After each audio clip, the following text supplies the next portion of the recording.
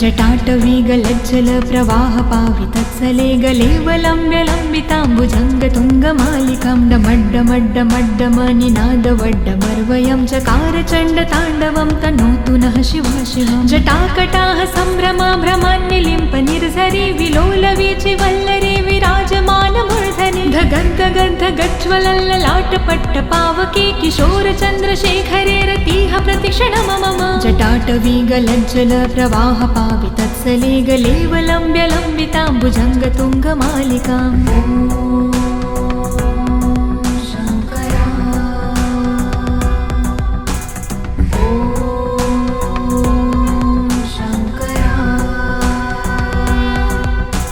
धराधरेन्द्रनन्दिनी विलासबन्धुबन्धुरसुराद्रिगन्धसन्तति प्रमोदमानमानसे कृपाकटाक्षधारिणी निरुद्धदुर्धरापदि कवचे दिगम्बरे मनो विनोदमेतु वस्तुनि। जटाभुजङ्गपिङ्गलस्फुरत्फणामणि प्रभा कदम्बकुङ्कुमद्रवा प्रलिप्तदिग्वधूमुखे मदान्धसिन्धुरस्फुरत्वगुत्तरीयमेदुरे मनो विनोदधुत्तं बिम्भर्तु भूतभर्तरे।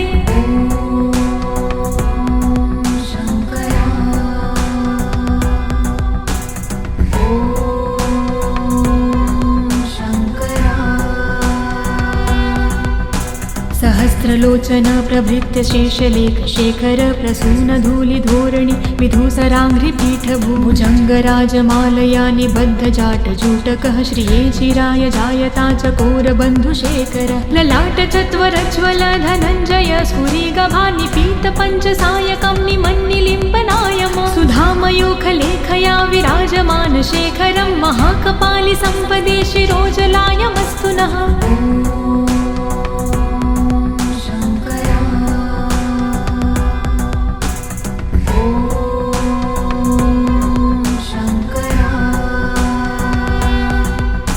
करालभालपट्टिकाधगद्धगद्धगज्ज्वल धनञ्जयाधरीकृत प्रचण्ड पञ्चसायके धराधरेन्द्रनन्दिनी कुचाग्रचित्रपत्रक प्रकल्पनैकशिल्पिनी त्रिलोचने मते मम। नवीनमेघमण्डली निरुद्धदुर्धरस्फुरत् कहोनिशीथिनी तमः प्रबन्धबन्धुकन्धरः निलम्पि निर्झरीधरस्तनोतु कृत्तिसिन्धुरः कलानिधानबन्धुरः श्रियं च गन्धधुरन्धरः।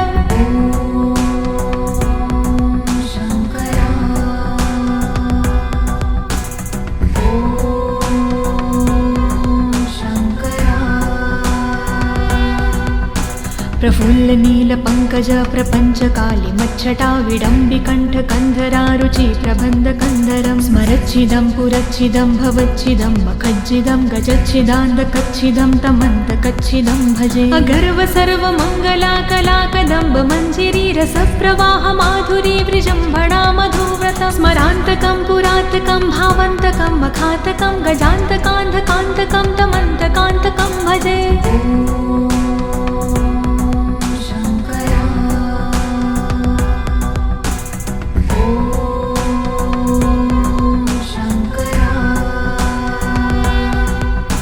जयद्वद ब्रवीभ्रम ब्रमद्दजङ्गमस्फुरधगद्धगद्विनिर्गमत्करालबालहव्यव धिमिद्धिमिद्धिमिद्धिमिन्मृदङ्गतुङ्गमङ्गलं ध्वनिक्रम प्रवर्तित प्रचण्डताण्डव शिव। दृशाद्विचित्रतल्पयोर्भुजङ्गमौक्तिकं स्रजो गरिष्ठरत्नलोष्टयो सह द्विपक्षपाक्षयो त्रिणारविन्दचक्षुषो प्रजामहिन् महेन्द्रयो समं प्रवर्तयन्मनः कदा सदा शिवं भजे।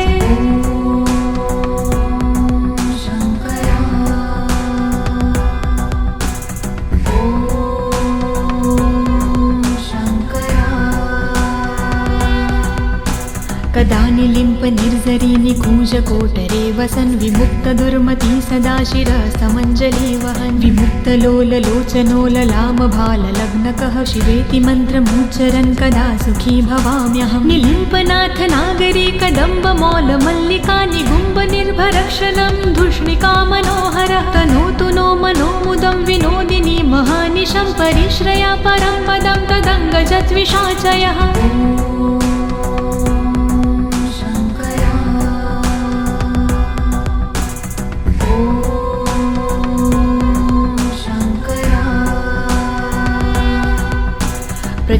मुखवाडवानलप्रभाशुभ प्रचारिणी महाष्टिसिद्धकामिनी जनावहूतजल्पना विमुक्तवामलोचनो विवाहकालिकध्वनि शिवेति मन्त्रभूषगो जगज्जयाय जायता इमं हि नित्यमेव मुक्तमुक्तमोतं स्तवं पठन् स्मरन् ब्रुवन्नरो विशुद्धमेति सन्ततं हरे गुरोसु भक्तिमाशु याति नायशागति विमोहनं हि देहनातु शङ्करस्य चिन्तनम्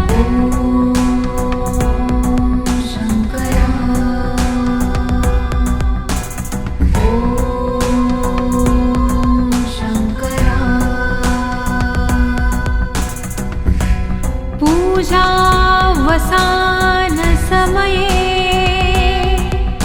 दशवक्त्रगीतं यः शम्भो पूजन्मिदं पठति प्रदोषे तस्य स्थिरा रथगजेन्द्र